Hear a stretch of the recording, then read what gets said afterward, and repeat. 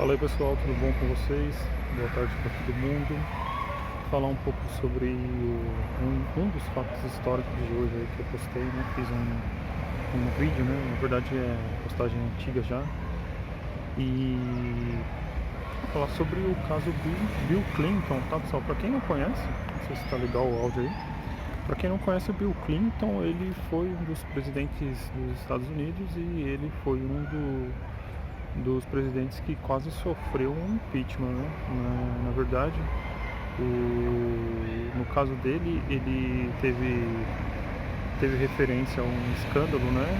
Escândalo sexual, né? Ele teve um caso com a secretária dele, a Mônica Lewinsky, e no caso não levou ele a ter esse julgamento de impeachment por causa do caso em si, mas porque ele teria mentido, né? E o problema maior é que quando ele assume o cargo de presidente, ele jura não mentir. E ele falou que ele não tinha tido nenhum tipo de relacionamento com a Mônica Lewinsky. Acabou que depois de algum tempo ele acabou admitindo que teve relação com ela e ele teve que se explicar, né? Então ele quase sofreu impeachment por perjúrio, mas o que ocorre é que, apesar das pessoas acharem que somente no Brasil tem caso de pizza, né? A famosa pizza, quando tudo termina bem, né? Para quem é acusado, né? Porque de fato ele mentiu comprovadamente, mas ele não sofreu impeachment. Então a gente tem que entender que casos que envolvem escândalos aí também não é só aqui no Brasil, né? Outros países também acontece isso, né? Inclusive na maior democracia do mundo aí.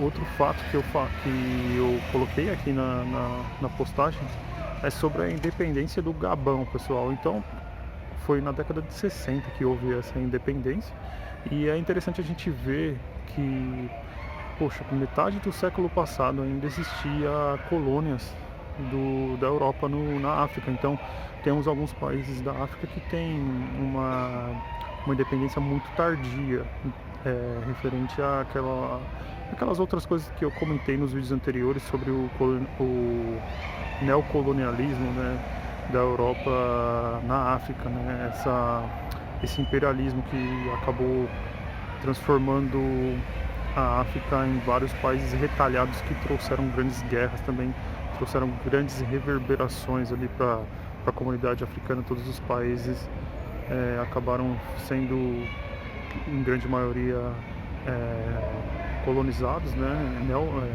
de uma forma nova, né, por isso que se chama de neocolonialismo europeu, porque foi nessa década aí do século XIX para o século XX eu começou a ter esse novo olhar para a África, né?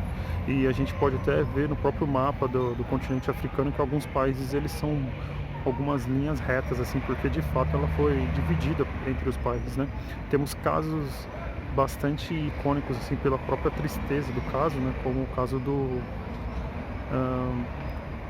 da colônia da Bélgica, né? Que era no Congo, onde o Congo por algum tempo foi propriedade privada do rei Leopoldo, e a gente tem muito relato de coisas totalmente assim descabidas, coisas bem violentas que ocorreram lá, e em outros países também ocorreram, mas o que chamou bastante atenção foi esse caso aí. Eu até indico para você, se quiser dar uma pesquisada, é bem surpreendente aonde chega a maldade humana.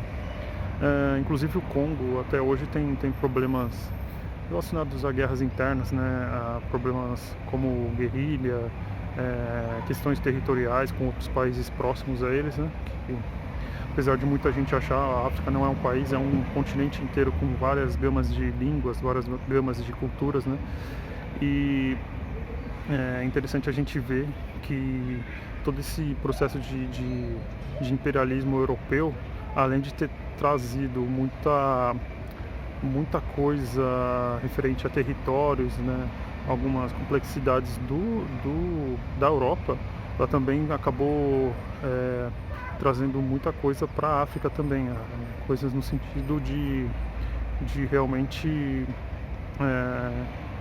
de sentido ruim mesmo, né, de uma coisa complexa que causou vários e vários conflitos internos que estão até hoje aí. Tá bom, pessoal? Eu vou finalizar aqui o vídeo, né? Já está há mais de 5 minutos aqui. E eu quero desejar a todos aí uma boa tarde e um bom almoço para quem estiver no horário de almoço. Valeu, tchau, tchau, até mais.